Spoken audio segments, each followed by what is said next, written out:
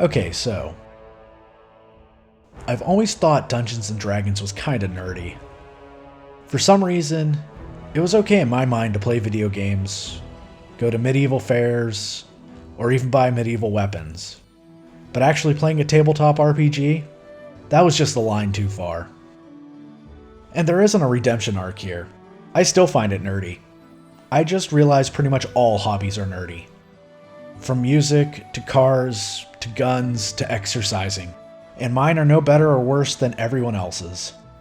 Also, I somehow accidentally watched Critical Role, and instead of trying to make excuses why it was quite enjoyable, I just have to accept that if playing D&D is nerdy, what does that make me for watching a bunch of nerdy-ass voice actors play it? So that is where Pathfinder Kingmaker comes in. I wanted an intro into the D&D world, without having to try to find a group of people or wade through dozens of books to learn the game. I have played RPG video games for forever. That should have been enough intro, right? I think I have laid the foreshadowing thick enough here. I didn't know what I was getting into. I mean, I literally picked up a Pathfinder game to play D&D. I had no idea Pathfinder wasn't part of D&D. It's its own separate game altogether. It has finally happened. I'm the out-of-touch guy asking the kids if they're having fun playing their Super Mario Brothers, while there is a spiky-haired blue guy collecting rings on the screen. So after setting up the difficulty and a few rules, I am met with a character select screen. There are a handful of pre-made characters to pick from, or an option to make a custom character. I already knew I wanted to play an elf archer, so seeing that one of the pre-mades was a female elf ranger made my life easier.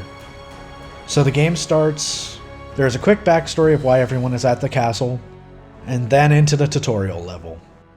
What I caught on to fairly quickly as I was being introduced to the handful of characters, I am being given choices of actions to take throughout the level. And while of course I should be, as this is an RPG, these choices appear to be picking your companions going forward. It should be no surprise that my largely honorable, compassionate, and brave actions led to me having more good and lawful-natured characters, instead of evil. There was also a nice little puzzle that involved pen and papering to figure out. So after saving the castle, you are sent on your adventure. There is one more main plot point to finish before the game becomes open world. You will come across different quests, but it is up to you when or if you wish to complete them. Leveling up was surprisingly deep, and while I was hoping for a good amount of customization for my character, I was not expecting to have to build every team member. And I spent a large amount of time trying to figure out what direction to take each character, and weighing what I wanted from each of them. But I won't lie, I felt clueless here. I was ready to build out my character, and maybe in the future, learn about some other sub and multi-class ideas. But having to figure out a barbarian, a tower shield expert, and a bard all at once was quite a lot to ask for me as a novice. I do want to point out though, this wasn't entirely the game's fault, and actually was mostly mine. I missed both of the cues that I could have let the game build out the other characters. For one, there was an option at the beginning of the game to do just that, which I either misread or totally read over when trying to get started with the game. There is also a load pre-made build button on each character page that I misinterpreted as allowing you to upload a template for the character to follow. The other issue I ran into was not knowing about the classes.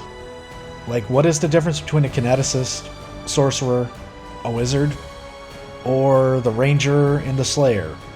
What about the paladin or inquisitor? I'm sure that there are differences between these classes, but there also seems like a lot of overlap. This could have easily been a rabbit hole of reading on its own.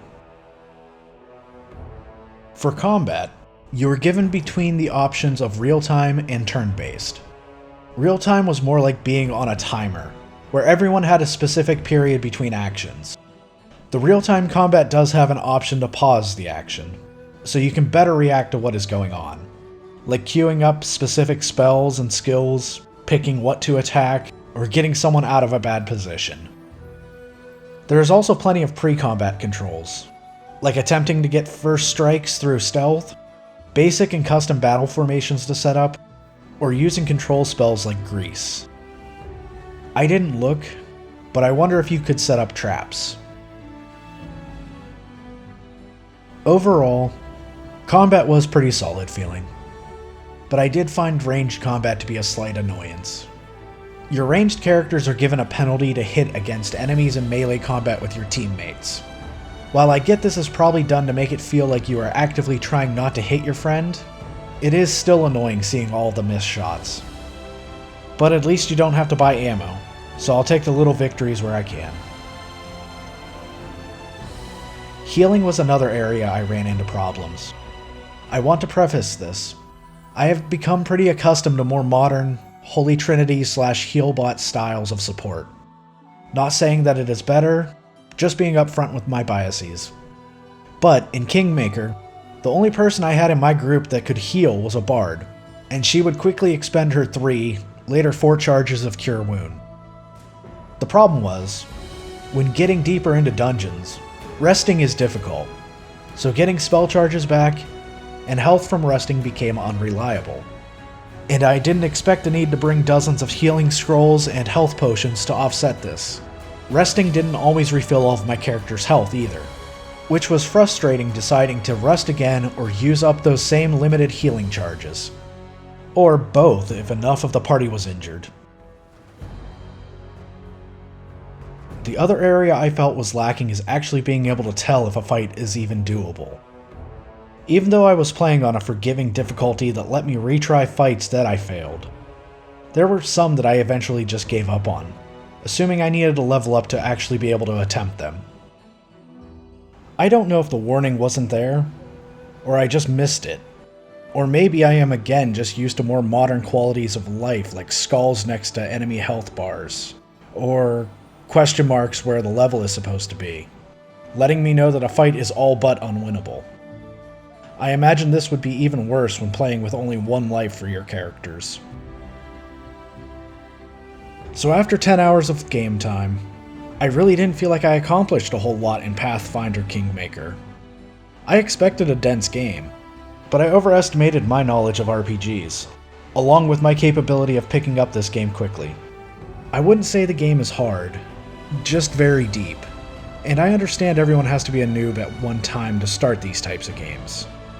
Actually, this might be a great jumping in point for someone less versed in, but wants some exposure to this genre.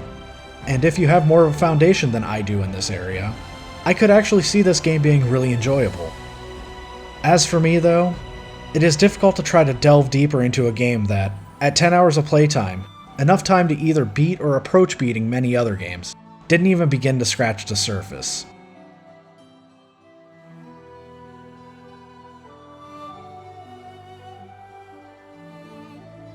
Thanks for watching.